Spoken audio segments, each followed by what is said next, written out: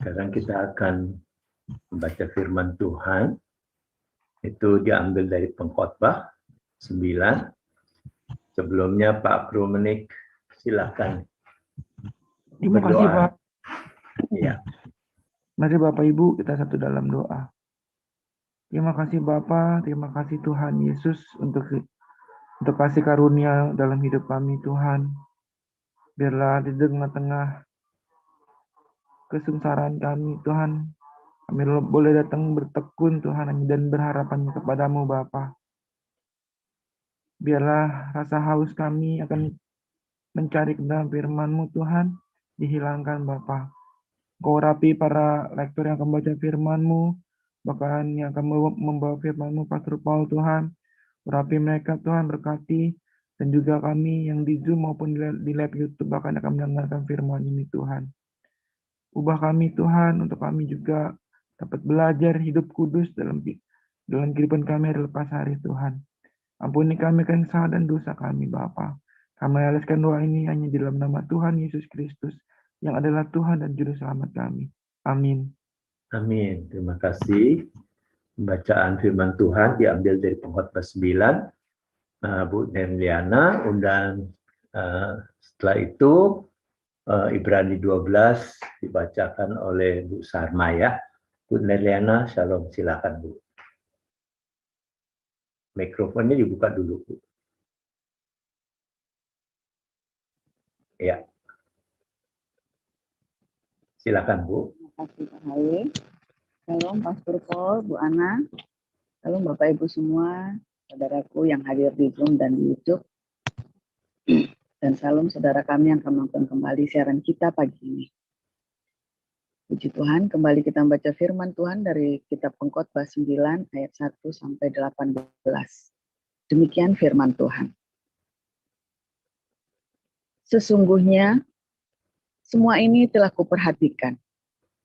Semua ini telah kuperiksa, yakni bahwa orang-orang yang benar dan orang-orang yang berhikmat dan perbuatan-perbuatan mereka, baik kasih maupun kebencian, ada di tangan Allah.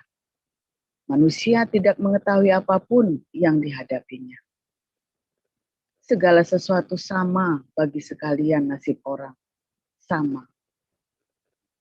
Baik orang yang benar maupun orang yang fasik, orang yang baik maupun orang yang jahat, orang yang tahir maupun orang yang najis, orang yang mempersembahkan korban maupun yang tidak mempersembahkan korban. Sebagaimana orang yang baik, begitu pula orang yang berdosa. Sebagaimana orang yang bersumpah, begitu pula orang yang takut untuk bersumpah. Inilah yang celaka dalam segala sesuatu yang terjadi di bawah matahari. Nasib semua orang sama. Hati anak-anak manusia pun penuh dengan kejahatan dan kebebalan ada di dalam hati mereka seumur hidup. Dan kemudian mereka menuju alam orang mati. Tetapi siapa yang termasuk orang hidup mempunyai harapan. Karena anjing yang hidup lebih baik daripada singa yang mati. Karena orang-orang yang hidup tahu bahwa mereka akan mati. Tetapi orang yang mati tak tahu apa-apa. Tak ada upah lagi bagi kenangan kepada mereka sudah lenyap. Baik kasih mereka maupun kebencian dan kecemburuan mereka sudah lama hilang. Dan untuk selama-lamanya tak ada lagi bahagian mereka dalam segala sesuatu yang terjadi di bawah matahari. Mari, makanlah rotimu dengan sukaria, dan minumlah anggurmu dengan hati yang senang, karena Allah sudah lama berkenan akan perbuatanmu. Biarlah selalu putih pakaianmu, dan jangan tidak ada minyak di atas kepalamu. Nikmatilah hidup dengan istri yang kau kasihi seumur hidupmu yang sia-sia, yang dikaruniakan Tuhan kepadamu di bawah matahari. Karena itulah bahagianmu dalam hidup dan dalam usaha yang engkau lakukan dengan jerih payah di bawah matahari. Segala sesuatu yang dijumpai tanganmu untuk dikerjakan, kerjakanlah itu sekuat tenaga. Karena tak ada pekerjaan, pertimbangan, pengetahuan, dan hikmat dalam dunia orang mati. Kemana engkau akan pergi? Lagi pula aku melihat di bawah matahari bahwa kemenangan perlombaan bukan untuk yang cepat, dan keunggulan perjuangan bukan untuk yang kuat. Juga roti bukan untuk yang berhikmat. Kekayaan bukan untuk yang cerdas. Dan karunia bukan untuk yang cerdik cendikia. Karena waktu dan nasib dialami mereka semua. Karena manusia tidak mengetahui waktunya. Seperti ikan yang tertangkap dalam jala yang mencelakakan, dan seperti burung yang tertangkap dalam jerat. Begitulah anak-anak manusia terjerat pada waktu yang malang. Kalau hal itu menimpa mereka secara tiba-tiba. Hal ini juga kupandang sebagai hikmat di bawah matahari dan nampaknya besar bagiku. Ada sebuah kota yang kecil, penduduknya tidak seberapa. Seorang raja yang agung menyerang, mengepungnya, dan mendirikan tembok-tembok pengepungan yang besar terhadapnya. Di situ terdapat seorang miskin yang berhikmat. Dengan hikmatnya, ia menyelamatkan kota itu. Tetapi tak ada orang yang mengingat orang yang miskin itu. Kataku, hikmat lebih baik daripada keperkasaan. Tetapi hikmat orang miskin dihina dan perkataannya tidak didengar orang. Perkataan orang berhikmat yang didengar dengan tenang lebih baik daripada teriakan orang yang berkuasa di antara orang bodoh. Hikmat lebih baik daripada alat-alat perang. Tetapi satu orang yang keliru dapat merusakkan banyak hal yang baik. Demikian pembacaan. Terima kasih, Bu Neliana. Silakan Bu Sarma, Ibrani 12. Baik, saya akan membacakan kebenaran firman Tuhan dari Ibrani 12 pasal 1 sampai 29. Ya. Beginilah firman Tuhan.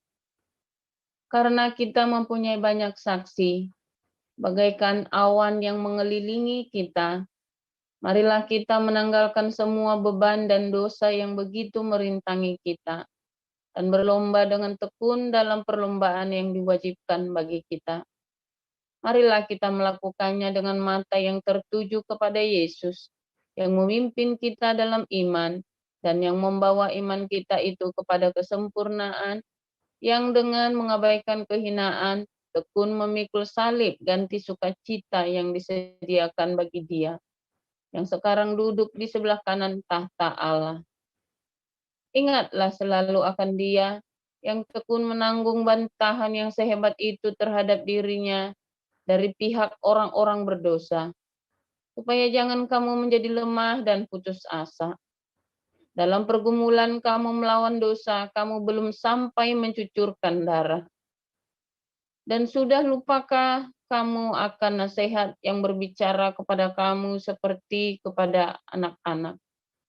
Hai anakku, janganlah anggap enteng didikan Tuhan, dan janganlah putus asa apabila engkau diperingatkannya. Karena Tuhan menghajar orang yang dikasihinya, dan ia menyesah orang yang diakuinya sebagai anak. Jika kamu harus menanggung ganjaran, Allah memperlakukan kamu seperti anak. Di manakah terdapat anak yang tidak dihajar oleh ayahnya? Tetapi, jikalau kamu bebas dari ganjaran yang harus diderita setiap orang, maka kamu bukanlah anak, tetapi anak-anak gampang. Selanjutnya, dari ayah kita yang sebenarnya kita beroleh ganjaran, dan mereka kita hormati. Lalu demikian, bukankah kita harus lebih taat kepada Bapa segala roh, supaya kita boleh hidup? Sebab mereka mendidik kita dalam waktu yang pendek sesuai dengan apa yang mereka anggap baik, tapi Dia menghajar kita untuk kebaikan kita, supaya kita beroleh bagian dalam kekudusannya. Memang tiap-tiap ganjaran pada waktu ia diberikan tidak mendatangkan sukacita, tetapi duka cita.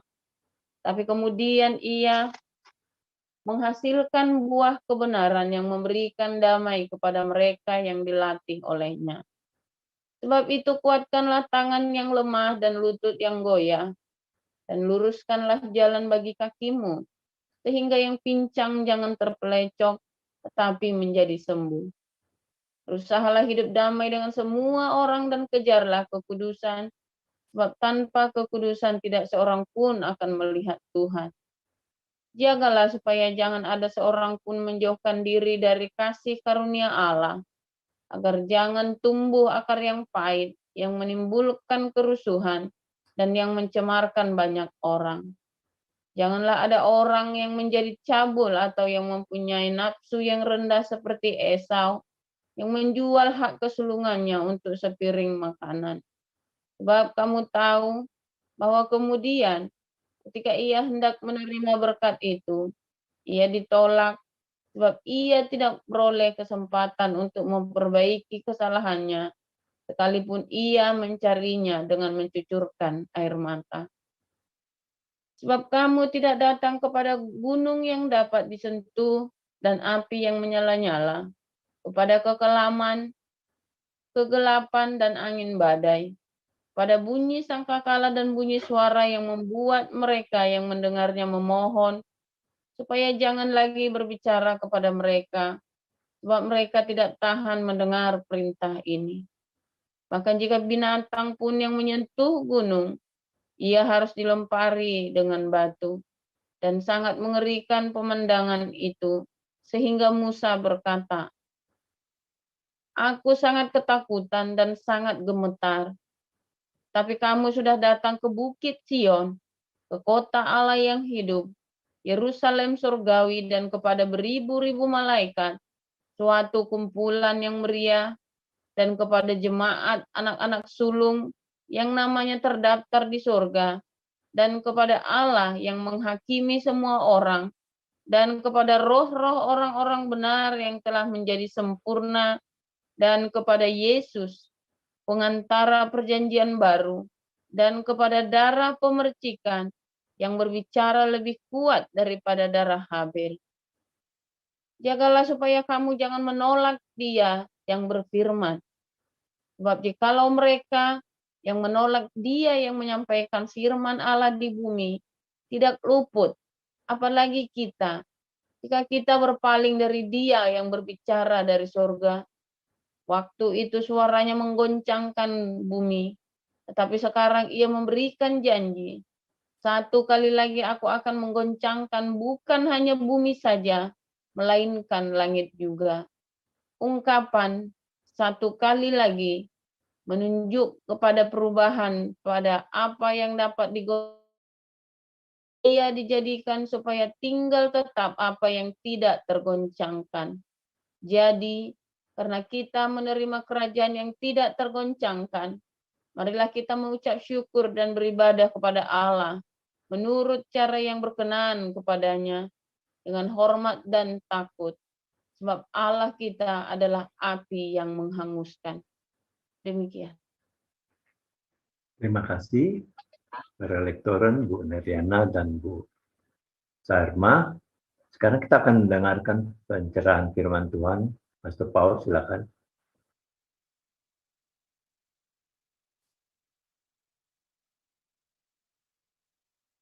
Pastor Paul.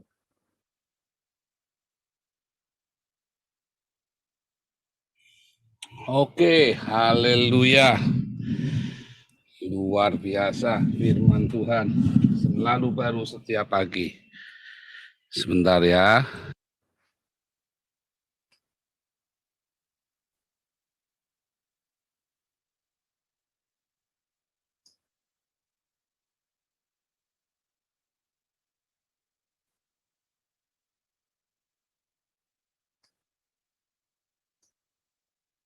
Oke, suaranya bagus ya.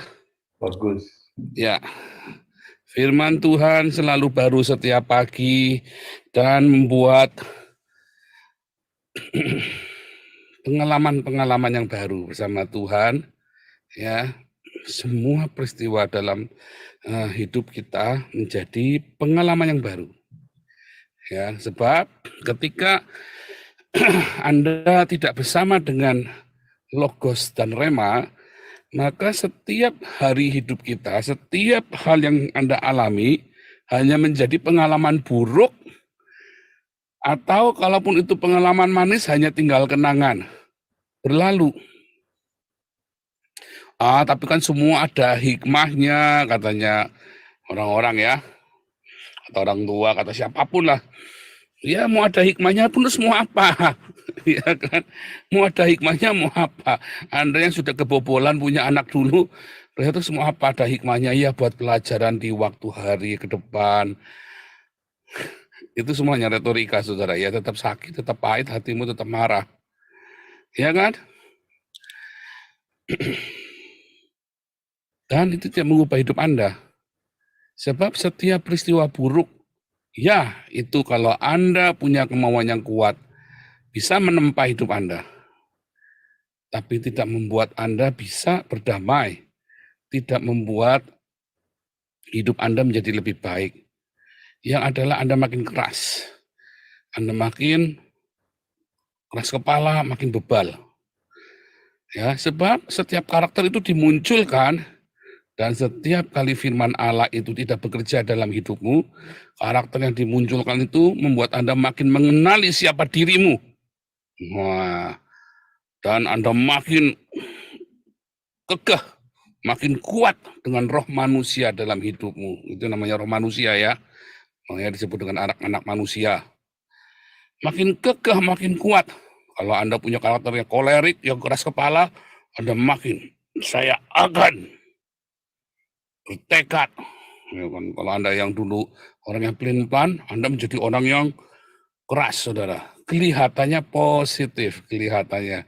Tetapi di dalamnya meninggalkan luka, saudara. Meninggalkan luka. Dan jadilah cancer. Ya kan seperti cancer, saudara. Kelihatannya dari luar bagus, dalamnya udah busuk. Karena ada sesuatu di hati itu yang tidak sembuh. Ya, ada kenajisan. Oh, jangan Anda bilang dendam itu nggak najis, saudara. Kepahitan itu nggak najis, itu najis, saudara. Anda berpikir kekudusan itu cuma penis ketemu vagina saja. Enggak, saudara. Yang namanya kekudusan itu ya, Anda simpan kemarahan, simpan dendam. Anda simpan kedengkian, iri hati. Anda simpan ya, kepahitan. Itu juga kenajisan dalam hidupmu, saudara. Menyimpan segala sesuatu yang busuk.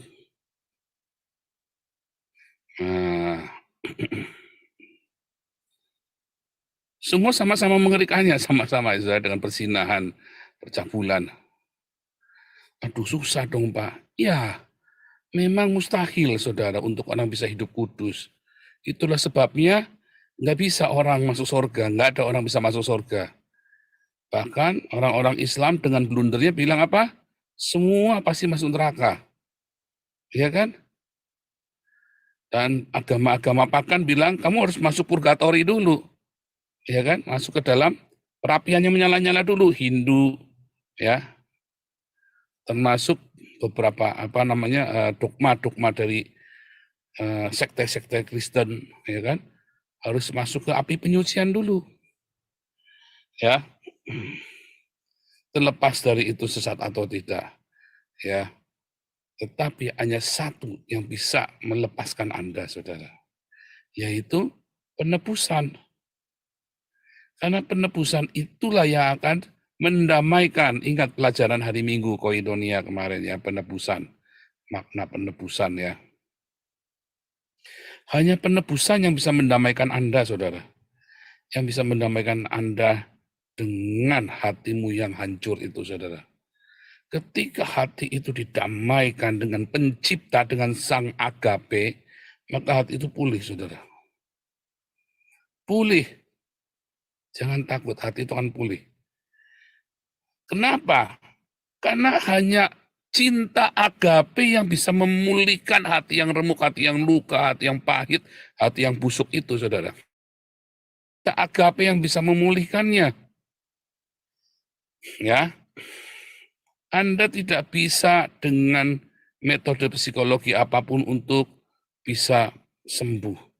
Karena metode psikologi hanya membuat Anda menjadi kuat dan menjadi membuat Anda mampu menghadapi kehidupan Anda dengan normal di zaman itu.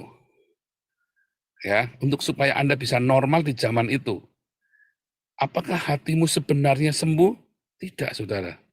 Anda hanya menjadi normal, deal dengan kepahitan itu. Tetap pahit? Ya, ada. Masih membekas? Masih. Sembuh? Tidak, saudara. Di dalam metode psikologi itu sudah sembuh, tetapi sebenarnya belum, saudara. Terus dia bisa mengampuni, bisa melupakan. Ya. Tetapi sebenarnya dia melakukan pengalihan. Salah satu metode psikologi adalah melakukan pengalihan ya, saudara, ya, dari masalah-masalah atau ingatan-ingatan buruk. Ya.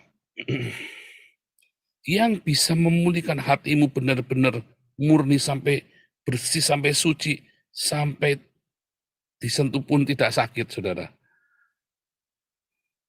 Hanya cinta. Hanya agape, saudara. Yaitu Yesus Kristus sendiri. Karena ialah yang menyatakan agape kepada dunia. Dan lama, Anda kan bingung ahava antara cinta dengan nafsu, Anda bingung dalam perjanjian lama. Semua pakai ahava, saudara. Di perjanjian baru sangat jelas, saudara. Mana yang eros, mana yang filio, mana yang agape. Perjanjian lama semua bingung. Karena para nabi pun melihatnya dengan samar-samar sampai Yesus datang menyatakannya. Makanya tidak seorang pun melihat agape. Tetapi Yesus Kristuslah yang menyatakan agape itu kepada dunia. Ya, makanya semuanya pergi ke Hades.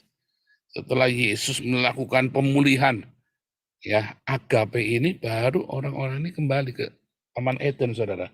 Karena di Eden itu cinta itu semua murni. Kalau Anda hari ini memiliki Yesus Kristus yang benar dalam hidupmu, kalau Anda sudah didamaikan, maka hatimu akan penuh dengan ahava, dengan agape, dengan cinta sejati. Dan Anda tinggal di Eden. Belum mati, nah iya. Tinggal di Eden itu dari mulai sekarang. Kerajaanmu datanglah di bumi seperti di surga. Bila Anda melimpah dengan agape, dan agape itu disebarkan di sekeliling Anda, maka kerajaan itu akan datang. Dalam rumah tanggamu, dalam hidupmu dulu, saudara. Memulihkan hatimu. Di dalam keluargamu. Di dalam seluruh aspek kehidupanmu, saudara. Menarik ya. Cuman masalahnya Anda banyak orang Kristen pendeta pun nggak ngerti, atau ngerti tapi sengaja dijauhkan demi keuntungan. Sebab kalau orang sudah menemukan agape, saudara, maka orang ini nggak akan bisa dimanipulasi lagi, ya, nggak akan bisa dimanipulasi lagi. Dia tidak akan semerta-merta kasih uangnya ke pendeta buru-buru jam 2 siang. Sebelum jam 2 siang, enggak. Pak Pendeta BU ya? Malah nanya balik, Pak Pendeta lagi BU ya? Gitu, saudara. Orang-orang yang penuh agape ini akan berbagi kepada orang miskin papa, saudara. Bukan kepada pendeta yang naik Alphard. Ya, saya selalu menasihatkan ya, prioritas itu kalau Anda mau memberi itu bukan saya, tapi kepada orang-orang miskin. Setelah itu Anda tergerak memberi ke saya terima.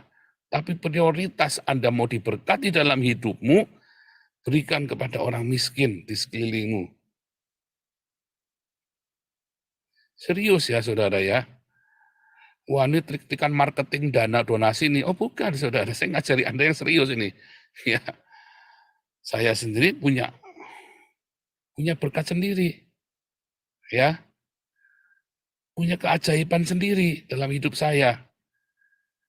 Tetapi paling penting, ya, setiap kita memiliki agape yang memulihkan, membuat hidup kita penuh.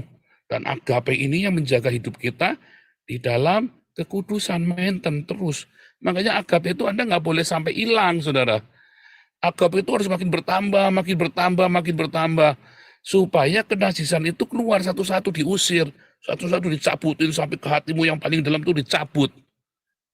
Ya, apa kepahitan, kebencian, kemarahan, ya kan? Nafsu seks yang tidak kudus, ya kan?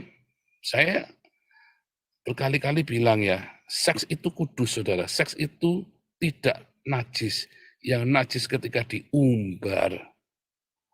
Sampai 23 bininya itu diumbar namanya najis. Seperti Salomo, bininya 1000. Itu namanya najis. Tetapi seks kepada istrimu itu enggak najis.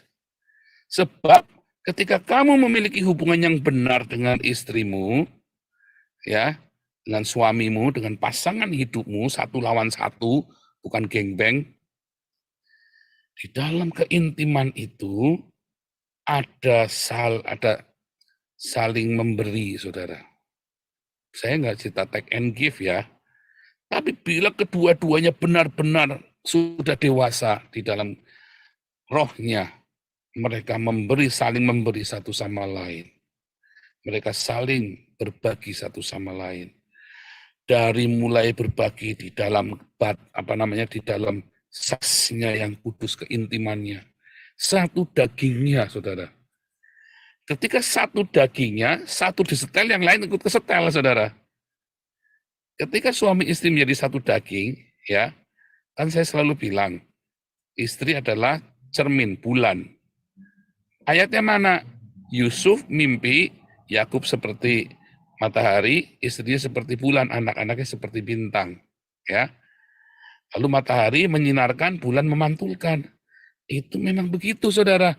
Pernikahan suami istri itu memantulkan. Sadar nggak sadar, Anda terima nggak terima, itu hukumnya begitu. Bukan hukum buat-buatan kita, enggak. Anda nggak nyadar, saudara. Tetapi terjadi aksi reaksinya seperti itu memang. Istri itu seperti bulan yang memantulkan apapun output dari suaminya. Kadang-kadang outputnya jelek, istri itu sudah di dalam Tuhan. Dia kuat, saudara, untuk tidak memantulkan yang jelek. Sampai seberapa kuat dia. Tetap akan terpengaruh. Tetapi istri-istri yang di dalam Tuhan akan lebih baik daripada yang sama sekali nggak ada dalam Tuhan, nggak ada pertahanannya. Langsung nggak difilter. Apapun langsung dibablasin, dipantulkan. Anak-anaknya jadi korban. Suaminya, kalau Anda brengsek, ya istrimu jadi brengsek.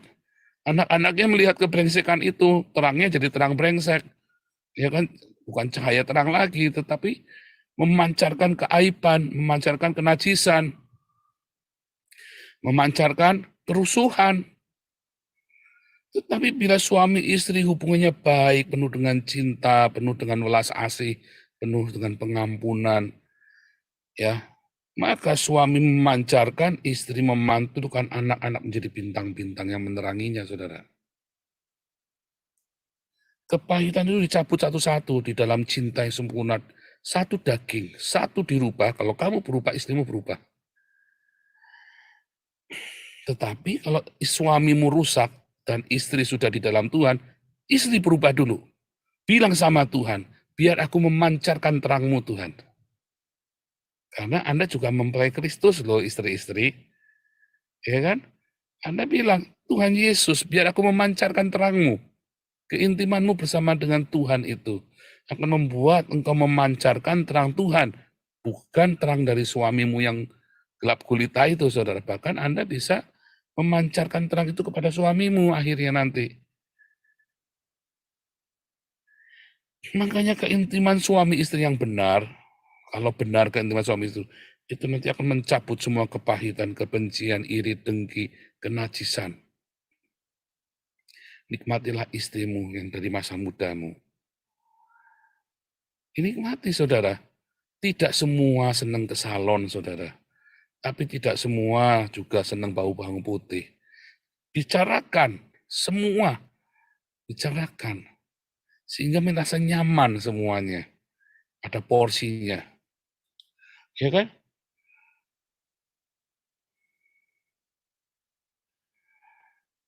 Sehingga setiap hari hidupmu semakin bersih, semakin bersih, semakin bersinar. Bersih dan bersinar. Semakin hari hidupmu semakin dipulihkan dan cintamu semakin bertambah. Setiap cintamu bertambah itu kenajisan dicabut lagi. Seperti Anda kalau ngisi ya botol, ya bagaimana cara mengeluarkan air kotor dari gelas. Dituang terus, saudara, pakai air bersih. Dituang terus sampai ini kotorannya keluar semua, saudara. Dituang sederas mungkin supaya kotoran dari gelas ini keluar. Begitu ya, cara mengeluarkan kotoran dari hidup kita. Dicurahkan kasih itu begitu rupa, saudara.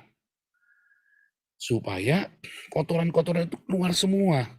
Karena ada yang tidak bisa dilakukan dengan operasi. Ya kan?